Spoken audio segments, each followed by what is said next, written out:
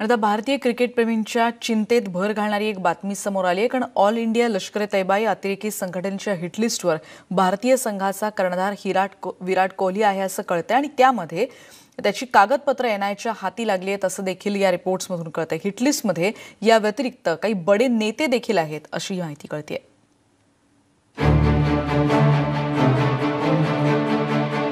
देशात दहशतवादी संघटनांचा घातपात घडवण्याचा प्रयत्न सुरू आहे। देशातल्या महत्त्वाच्या नेत्यांना ठार मारण्याचा कट दहशतवाद्यांनी रचलाय। त्या हिटलिस्टमध्ये विराट कोहलीचंही नाव आहे।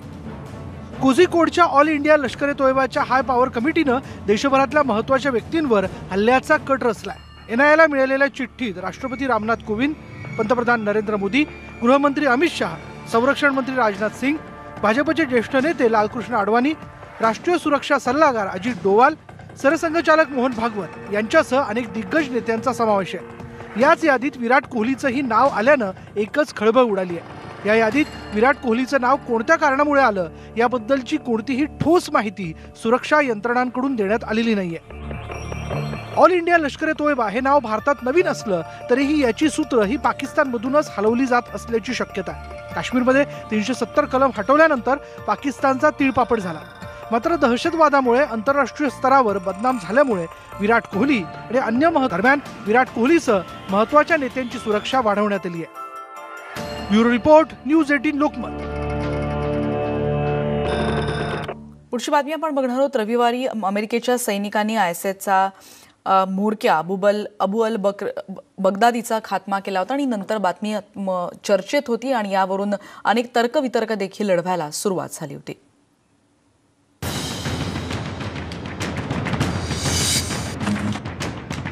एखाद्या हॉलिवूडपटाच्या कथेला शोभेल अशा पद्धतीनं अमेरिकेच्या सैन्यानं आयएसचा म्होरक्या अबू बक्र अल बगदादीचा खात्मा केला। सिरियाच्या इदबिल प्रांतातील बारिशा परिसरात बगदादी लपून बसला असल्याची माहिती अमेरिकेला मिळाली। बगदादीचा खात्मा करण्याची जबाबदारी अमेरिकेच्या 70 डेल्टा कमांडो पथकावर सोपवण्यात आली। बगदादी लपून बसलेल्या भागावर अमेरिकेचे लढाऊ हेलिकॉप्टर्स घिरट्या घालत होते, तर 70 डेल्टा कमांडोंच्या पथकानं बगदादीच्या बंकरला वेढा घातला होता। आत्मघाती हल्ल्यापासून बचाव करण्यासाठी कमांडो पथकासोबत प्रशिक्षित श्वान आणि रोबोटची तजवीज करण्यात आली होती। बगदादीला जेरबंद करणं अथवा त्याला ठार करणं हेच कमांडो पथकाचं लक्ष्य होतं, त्यामुळे अत्यंत चपळाईनं ही कारवाई करण्यात आली। बंकरचा दरवाजा आणि भिंती फोडून कमांडो आत शिरले। यावेळी तिथं बगदादीच्या 2 पत्नी आत्मघातकी हल्ला करण्याच्या तयारीत होत्या, मात्र हल्ला करण्यापूर्वीच कमांडोनी त्यांना ठार केलं, तसंच बगदादीच्या सुरक्षा रक्षकांचा खात्मा केला। अमेरिकेच्या कमांडोनी घेरल्याचं लक्षात येताच बगदादीनं मुलांसह तिथून पळ काढण्याचा प्रयत्न केला। त्यात बगदादीच्या मुलांचा मृत्यू झाला। आपण जेरबंद होणार हे लक्षात येताच बगदादीनं बॉम्बस्फोट घडवून स्वतःला संपवलं। बगदादीपर्यंत पोहोचण्यासाठी अमेरिकेच्या सैन्यानं रशिया आणि तुर्कस्तानच्या हवाई हद्दीचा वापर केला।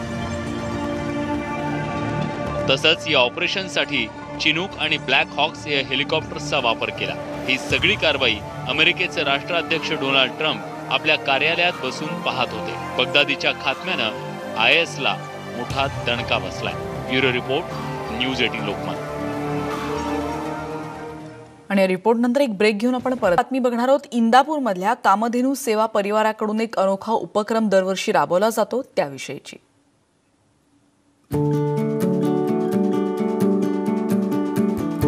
शेकडो बहिणी त्यांच्या भावांना ओवाळतात।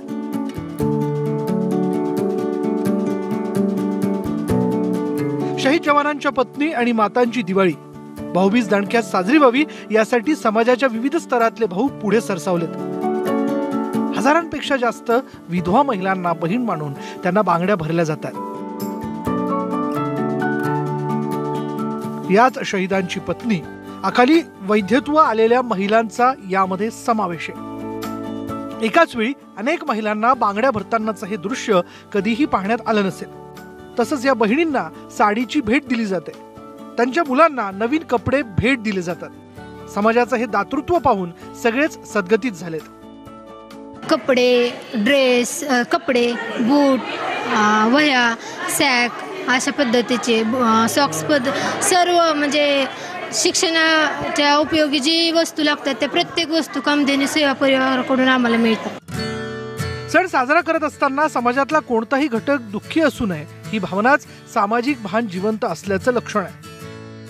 या कामधेनू परिवार आणि विशेषतः डॉक्टर आसबेंनी जे हे कार्य चालवलेलं आहे त्याच्यामुळे निश्चितच अशा महिलांच्या मनामध्ये उमेद, आत्मविश्वास आणि आदराची भावना निर्माण होऊन अतिशय प्रगती होईल. एखादा पुरुष गेला तर स्त्री आई पण बनते, भाऊ पण बनते आणि आपलं पालक पण बनते मुलांचं.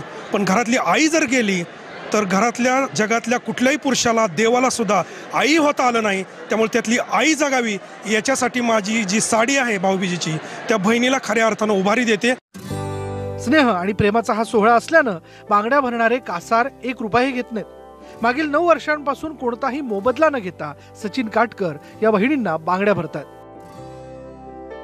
हा उपक्रम गेले 9 वर्ष झाला आम्ही राबवत आहे आणि मी जातीनं कासार असल्यामुळे ह्या महिलांना मोफत बांगड्या मी माझ्या स्वखर्चाने माझ्या घरच्यांना आणून मी ह्या महिलांना मोफत भरत आहे. इंदापूरमधला हा उपक्रम सर्वांनीच अनुकरण करावा असाच आहे. एखाद्या उपक्रमामुळे कोणाच्या चेहऱ्यावर हास्य खुलत असेल तर त्यासारखं दुसरं महान कार्य कोणतंच नाही.